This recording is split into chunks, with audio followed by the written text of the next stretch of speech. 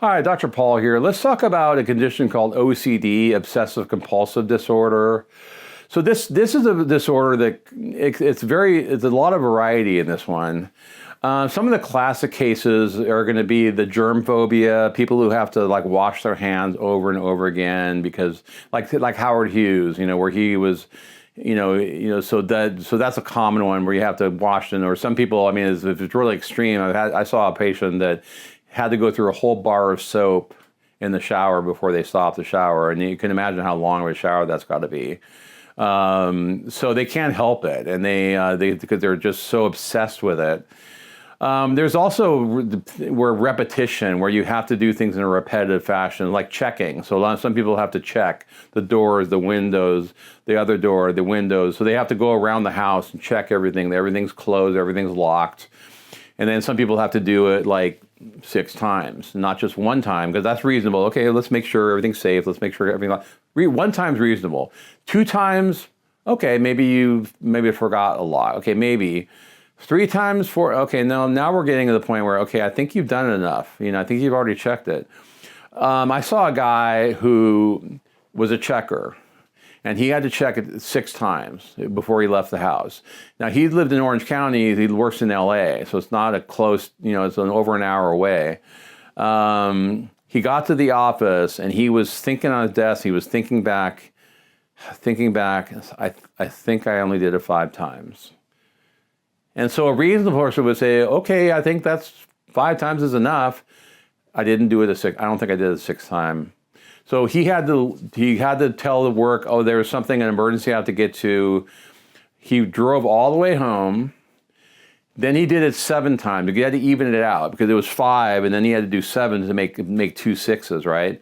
So now he had to do it, and then he lost a few hours out of his day and a lot of gas, which isn't cheap nowadays, because of his OCD.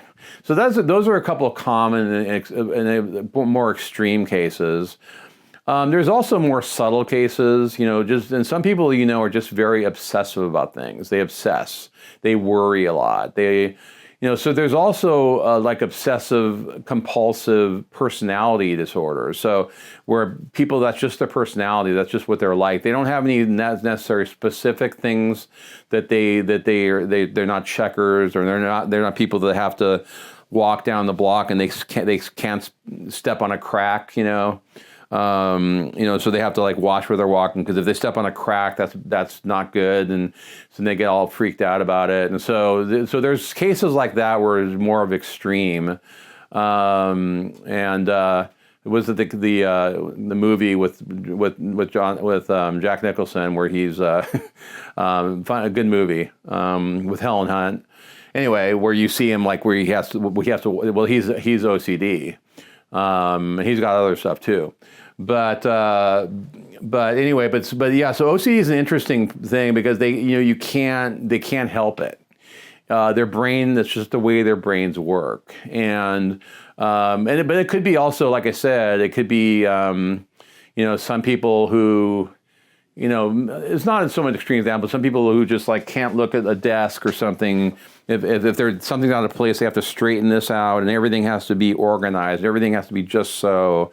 And you can see some people, their desks are like pristine, while other people like myself, if you look at my desk when it's not cleaned up, I don't have OCD because I'm kind of messy, and poor Leslie has to sometimes come in and do cleanup. So, but with OCD, people are very particular. They have to do things a certain way, and that's just what makes sense to them, and it makes them comfortable in a sense. But I had a patient now too that she has to when she drives, she has to do U-turns sometimes. She has to make sure she didn't hit somebody. And even though she didn't obviously hit someone, she has to sometimes make U-turns a couple times to make sure that she didn't hit somebody back. So these are more extreme examples. And then of course there's milder examples, like I said, but again, so how do you treat these things? Well, OCD is really mostly a serotonin problem. So I know I disparage SSRIs. I don't necessarily mean to so strongly because SNRIs are usually better. the ones that balance norepinephrine. But in the case of OCD, it's very possible that norepinephrine is not a factor, and it's just serotonin. And so the SSRI's selective serotonin reuptake inhibitor, it attaches to this site, because serotonin, if it's going the wrong way, because of this leakage on the serotonin side, it blocks it, and it makes serotonin go the right way. With OCD, typically what's characteristic about it is you usually have to go to like a higher dose. A classic one for OCD is Prozac. And even though Prozac, like for depression, it probably maybe 20 milligrams the average dose, maybe between 10 and 40 range for Prozac for anxiety, depression. You often have to get to like 60, 80 milligram of Prozac in the case of OCD, or in Zoloft. Let's say an average dose is like 50 to 100 milligram on Zoloft. Well, you have to get to about 200 of Zoloft. You got to get to, on Lexapro, maybe 10 to 20 is the average, or maybe, then you got to get it to 40. So with dosages of the SSRIs, you have to typically move them higher. Now, again, let's say there's also somatic physical symptoms. Well, maybe an SNRI better, but then you have to go to the highest dose of one. But normally SSRIs are better in this case. Not in most cases of stuff I see, like depression, anxiety. Usually it's the opposite. Now, some of them, they get better, but not fully.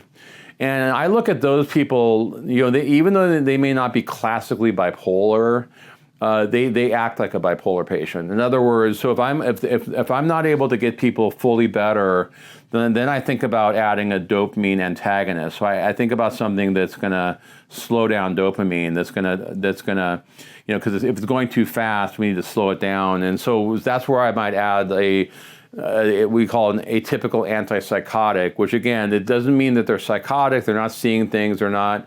They're irrational, but but if their irrationality isn't fixed by a high dose SSRI, then sometimes there's other things going on, and that's why I might think in more extreme cases that they may need to treat like a bipolar patient, because there may be a bipolar variance going on with the OCD, and maybe they have what I call bipolar spectrum, where they're not classic bipolar, but they're acting like a bipolar because of the fact because of the irrationality of their thinking. Because their thinking doesn't make any sense, and even when you try to reason with them about it, you can't, because it's just the way they have to do things. It's just, you can't say it. You can't say stop washing your hands. You've already washed enough. That doesn't make sense to them. They go, no, because I got to get rid of all these germs. There's still germs. When you tell them that your desk is fine, no, that this isn't evened out to this. These have to be exactly straightened out. If this one's to this, so it's things like that. They have to be very precise. And then their houses are typically spotless and neat because that's how they are. So I mean, it can be, there can be good aspects because their place is clean, but they probably spend a lot of time, wasted time, doing things over and over again, or washing dishes too many times more than you need to, or whatever they do. They might be like a lot of wasted time with OCD sometimes because of the repetitive nature of what they're doing when they don't really need to be doing it. But hopefully with medications, it rationalizes their brain. They're able to see, okay, I can stop. I don't have to keep doing that. And that's a successful treatment of an OCD patient.